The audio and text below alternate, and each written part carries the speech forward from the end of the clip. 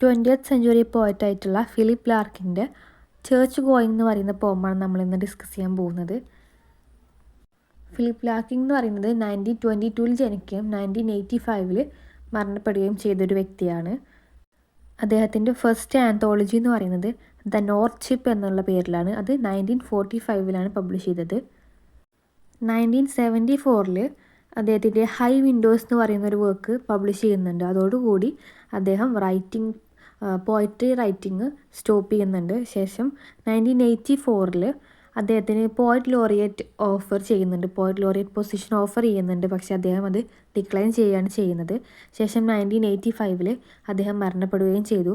അദ്ദേഹം മൂവ്മെൻറ്റ് പോയറ്റ്സിലെ ഒരു മെമ്പറായിരുന്നു. Movement poets എന്ന് പറയുന്നത് ഒരു അത്രയും കാലം ഉണ്ടായിരുന്ന ട്രഡീഷണൽ വേ ഓഫ് പോയട്രി റൈറ്റിങ്ങിൽ നിന്നും വ്യത്യസ്തമായിട്ട് കുറച്ചുകൂടി സിമ്പിളായിട്ടുള്ള രീതിക്ക് പോംസ് എഴുതാൻ വേണ്ടിയിട്ട് ഉണ്ടായ ഒരുതരം ഗ്രൂപ്പ് ഓഫ് പോയറ്റ്സ് ആണ് ഈ ഒരു മൂവ്മെൻറ്റ് പോയറ്റ്സ് എന്നുള്ള പേരിൽ അറിയപ്പെടുന്നത്. അതിലൊരാളായിരുന്നു ഫിലിപ്പ് ലാർക്കിംഗ് എന്ന് പറയുന്നത്. ഈ മൂവ്മെൻറ്റ് പോയറ്റ്സ് എന്ന് പറയുന്ന ഈ ഒരു മൂവ്മെൻറ്റ് എന്ന് പറയുന്ന ഒരു ഗ്രൂപ്പ് വരുന്നത് സെക്കൻഡ് വേൾഡ് വാറിന് ശേഷമായിരുന്നു. പിന്നെ പോയത്തിലോട്ട് കിടക്കുകയാണെങ്കിൽ ഈ പോം സെറ്റ് ചെയ്തിട്ടുള്ളത് പോസ്റ്റ് ക്രിസ്ത്യൻ ഏറയിലാണ്. അയാംബിക് ടെട്രാമീറ്ററിലാണ് ഈ ഒരു പോം വരുന്നത്. ഇതിൻ്റെ റൈം എന്ന് പറയുന്നത് ABAB CADCD എന്നുള്ളതാണ്. അതുപോലെ തന്നെ ഇതിൻ്റെ ടൈറ്റിൽ എന്ന് പറയുന്നത് ചേർച്ച് ഗോയിങ് എന്ന് പറയുമ്പം അത് 2 രീതിയിൽ നമുക്ക് ഇൻറ്റർപ്രറ്റ് ചെയ്യാൻ കഴിയും. ആദ്യത്തേതെന്ന് പറയുമ്പോൾ റിലീജിയസ് ആയിട്ടുള്ള കാര്യങ്ങൾ ചെയ്യാൻ വേണ്ടിയിട്ടും അവരുടെ കസ്റ്റംസൊക്കെ ചെയ്യാൻ വേണ്ടിയിട്ട് ചേർച്ചിലേക്ക് ആളുകൾ പോകുന്നതിന്, അല്ലെങ്കിൽ ആ ഒരു ചേർച്ച് ലൈവ് ആക്കാൻ വേണ്ടിയിട്ടൊക്കെ ആളുകൾ പോകുന്നതിനെ ചേർച്ച് ഗോയിങ് എന്ന് പറയാം. അതുപോലെ തന്നെ ചേർച്ചിൻ്റെ ഡിസപ്പിയറൻസിനെ, അല്ലെങ്കിൽ ചേർച്ച് ഫെയ്ഡ് ആവുന്നു, ചേർച്ച് എന്നൊക്കെ പറയുന്ന ആ ഒരു ഇൻസ്റ്റിറ്റ്യൂഷൻ നമുക്ക് നഷ്ടമായി കൊണ്ടിരിക്കുന്നു എന്നുള്ള ആ ഒരു ഡിസപ്പിയറൻസിനെ ചേർച്ച് ഗോയിങ് എന്ന് പറയാം. ഇത്തരത്തിൽ 2 രീതിയിലാണ് ഈ ഒരു ചേർച്ച് ഗോയിങ് എന്ന് പറയുന്ന ഈ ഒരു ടൈറ്റിലിനെ റെഫർ ചെയ്തിട്ടുള്ളത്.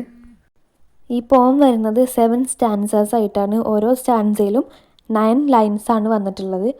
ഈ ഒരു പോത്തിൻ്റെ മെയിൻ തീം എന്ന് പറയുന്നത് പോസ്റ്റ് വാറിന് ശേഷം ആളുകൾക്ക് ദൈവത്തിലുള്ള ഒരു വിശ്വാസം പോകുന്നുണ്ട്. അതുപോലെ തന്നെ സ്പീക്കർക്ക് ഈ ഒരു ചേർച്ച് എന്ന് പറയുന്ന ആ ഒരു ഇൻസ്റ്റിറ്റ്യൂഷനോടുള്ള പോയിൻ്റ് ഓഫ് വ്യൂ, അല്ലെങ്കിൽ ആ ഒരു കാഴ്ചപ്പാട് എന്താണെന്നുള്ളതൊക്കെയാണ് ഇതിൽ പറയുന്നത്. കൂടാതെ ഇമ്പോർട്ടൻസ് ഓഫ് ചേർച്ച് എന്താണെന്നും മനുഷ്യരുടെ ജീവിതത്തിൽ അല്ലെങ്കിൽ മനുഷ്യരിൽ എന്ത് ഇമ്പോർട്ടൻസ് ആണ് ഈ ഒരു ചേർച്ചിനുള്ളത് എന്നുള്ള ക്വസ്റ്റ്യൻസൊക്കെ ഈ സ്പീക്കറുടെ ഉള്ളിൽ വരുന്നുണ്ട്. ഇതിൻ്റെ ഈ പോയത്തിൻ്റെ എൻഡിങ് ആകുമ്പോൾ ഈ ഒരു ക്വസ്റ്റ്യൻസിനൊക്കെയുള്ള ആൻസർ എന്നോണം ഒരു കൺക്ലൂഷനിൽ സ്പീക്കർ എത്തുന്നുണ്ട്. ഇതിൻ്റെ സെറ്റിംഗ് വരുന്നത് പോസ്റ്റ് ക്രിസ്ത്യൻ ഏറയാണെന്നുള്ളത് നമ്മൾ ഓൾറെഡി പറഞ്ഞു കഴിഞ്ഞു. ഇതിൻ്റെ തീം എന്ന് പറയുന്നത് ലോസ് ഓഫ് സ്പിരിച്വാലിറ്റി എന്നുള്ളതാണ്. അതുപോലെ തന്നെ ഇതിലെ സ്പീക്കർ എന്ന് പറയുന്നത് ഒരു ഏത്തിസ്റ്റാണ്. കൂടാതെ ചേർച്ച് എന്ന് പറയുന്ന ആ ഒരു വേർഡ്, അല്ലെങ്കിൽ ആ ഒരു കോൺസെപ്റ്റ് എന്ന് പറയുന്നത് സിമ്പിൾ ഓഫ് സൂപ്പർസ്റ്റിഷൻ ആണെന്നാണ് ഇതിൽ സ്പീക്കർ പറയുന്നത്, അല്ലെങ്കിൽ പോയറ്റ് പറയുന്നത്. അതിന് വെറും ഒരു സൂപ്പർസ്റ്റിഷൻ മാത്രമാണ് ചേർച്ച്, അതുകൊണ്ട് പ്രത്യേകിച്ച് വേറെ ഉപകാരമൊന്നുമില്ല, യൂസ്ഫുൾ അല്ലാത്ത ഒരു ജസ്റ്റ് ഒരു സൂപ്പർസ്റ്റിഷൻ ആയിട്ടുള്ളൊരു കാര്യമാണെന്നാണ് പോയറ്റ് പറയുന്നത്. കൂടാതെ ഇത് 7 സ്റ്റാൻസ 9 ലൈൻസ് ആണ് നമ്മൾ പറഞ്ഞു കഴിഞ്ഞു.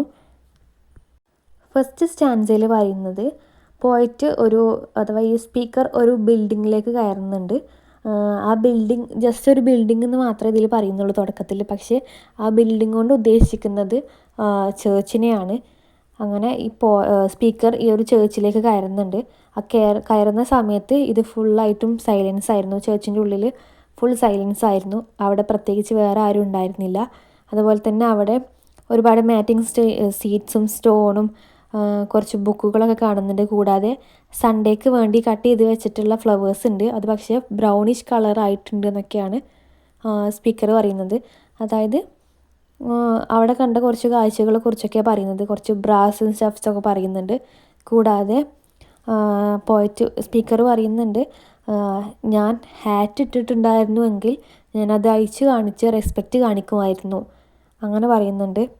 ഈ സ്റ്റാൻസിൽ മുഴുവനായിട്ടും പറയുന്നത് ചേർച്ചിലൊന്നും വേറെ പ്രത്യേകിച്ച് ആളുകളൊന്നുമില്ല, ഇത് കംപ്ലീറ്റ് സൈലൻസ് ആയിട്ട് ആളുകളൊന്നും വരുന്നില്ല എന്നുള്ള മീനിങ്ങിലാണ്. അതായത് ഇവിടെയൊക്കെ പറയുന്നത് ചേർച്ചിനെ മോക്ക് ചെയ്യുന്ന രീതിക്ക് ആ ഒരു ടോണിലാണ് ഇവിടെ കാണുന്നത്. നെക്സ്റ്റ് സ്റ്റാൻസയിൽ വരുമ്പോൾ പോയറ്റ് പറയുന്നത് അവിടുത്തെ റൂഫൊക്കെ ഇങ്ങനെ ശ്രദ്ധിക്കുന്നുണ്ട് ആ ചേർച്ചിൻ്റെ.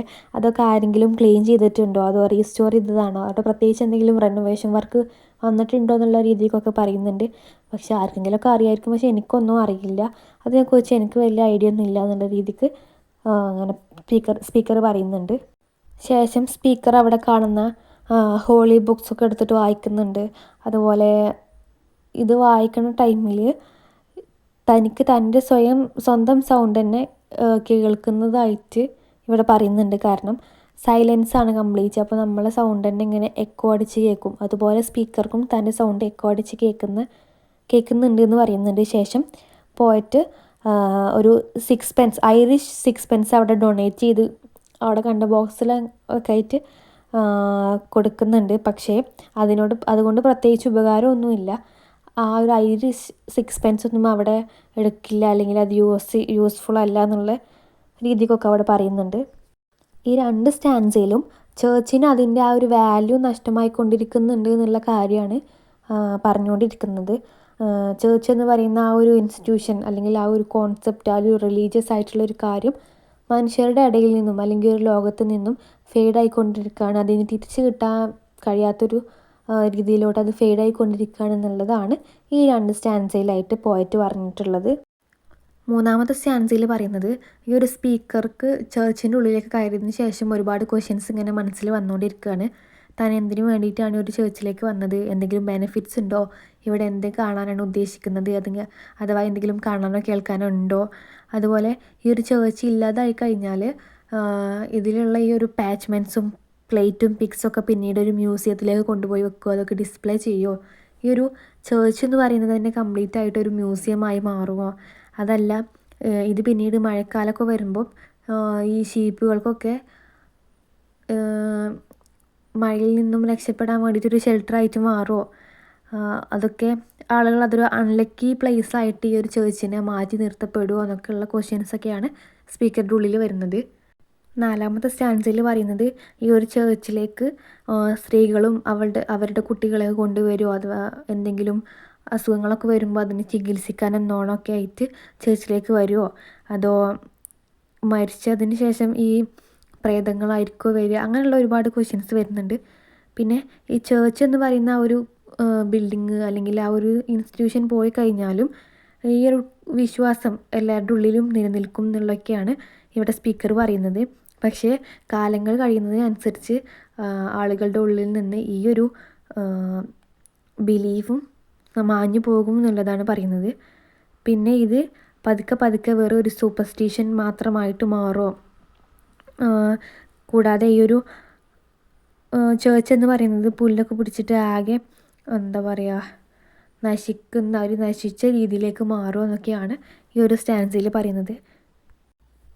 അടുത്ത സ്റ്റാൻസയിൽ സ്പീക്കർ ചോദിക്കുന്നത്, ആരായിരിക്കും അവസാനം വരെ ഉണ്ടാവുമായിരിക്കും, അല്ലെങ്കിൽ അവസാനം ആരാണ് ഉണ്ടാവുക, അത് ആൻറ്റിക്ക് ഇഷ്ടപ്പെടുന്ന ഒരാളായിരിക്കുമോ, അതോ ക്രിസ്മസ് അഡിക്റ്റ് ആയിട്ടുള്ള ആളായിരിക്കുമോ, അതോ എന്നെപ്പോലെ ബോർഡായിട്ടുള്ള അല്ലെങ്കിൽ ഇഗ്നോറൻ്റ് ആയിട്ടുള്ള ആളുകളാണോ ഇതിനെ റെപ്രസെൻ്റ് ചെയ്യുക എന്നുള്ളതൊക്കെയാണ് സ്പീക്കർ ചോദിക്കുന്നത്.